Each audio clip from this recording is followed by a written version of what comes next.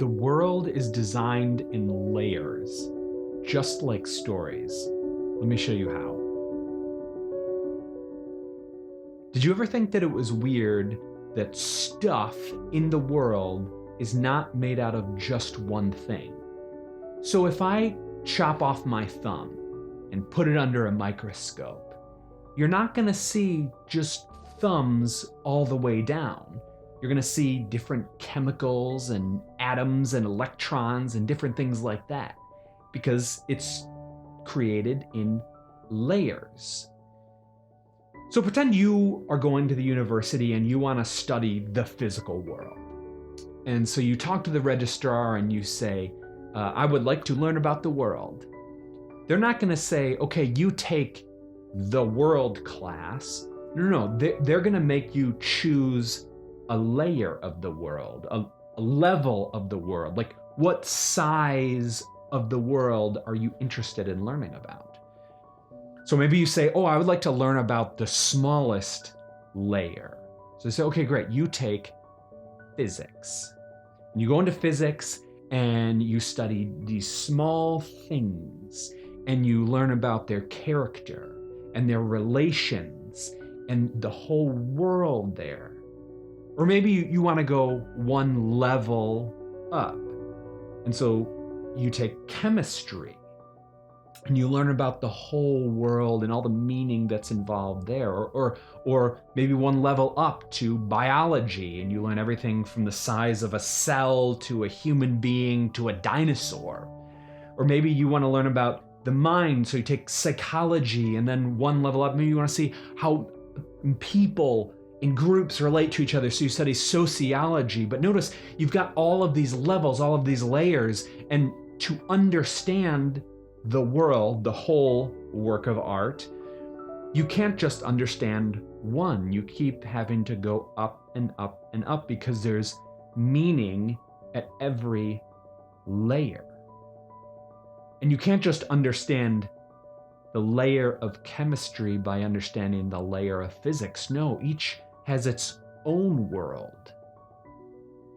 Now, stories work the exact same way. So think about the layers here. You start out with sounds, and sounds get combined into syllables, and syllables into phrases, and into sentences and paragraphs and scenes and acts, all the way up to the whole work, the book itself. And just like with the natural world, you have to understand what's going on every layer, and there's a whole world involved. I'll give you an example. So think about Dante's great work, The Divine Comedy. And the Divine Comedy is organized, is designed in 3 books. You have the Inferno, the Purgatorio, and Paradiso. And Dante moves through these 3 realms. And so you can read through it in a linear fashion and follow him as he learns about virtue and vice and the character. But if you want to go up another level, you can start understanding the way he's organized at a higher level, because what Dante has done is he's organized it both horizontally and vertically. So in each of the sections, in each of the books, there's 33 cantos or chapters after an introductory one. And so you have 33 cantos in the Inferno, 33 in Purgatory, and 33 in Paradise. And he's aligned the number of the cantos together. So Inferno 1, Purgatory 1, and Paradise 1 all correspond in some way. Let me give you an example. So in the ones, Dante starts on a path, on a trajectory, but then it gets interrupted or thwarted. And the person that comes to his aid is someone from classical antiquity, a pagan, who helps him. So those are the correspondences. And to really get to the heart of what Dante's doing, you would have to ask the next question, okay, now, what is he trying to communicate?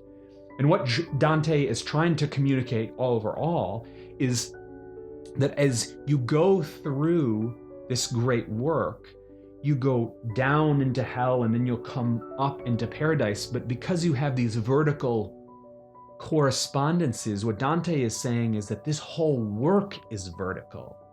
The whole work you're learning about the character and the proclivities of these virtues and these vices, so you're growing in moral intelligence and understanding.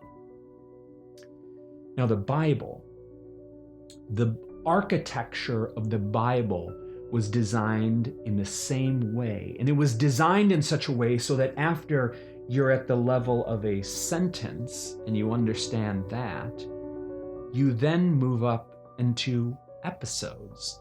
And so then you can ask the higher level question, why are these 3 scenes put together?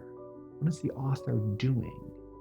And you can ask questions at the level of words. And so you can say, why did they say roses instead of rhododendrons?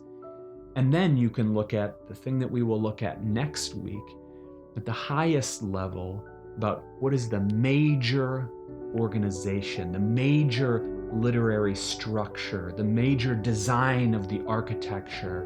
And we're going to see why a great author does that. And then we will begin to see how the Bible is art.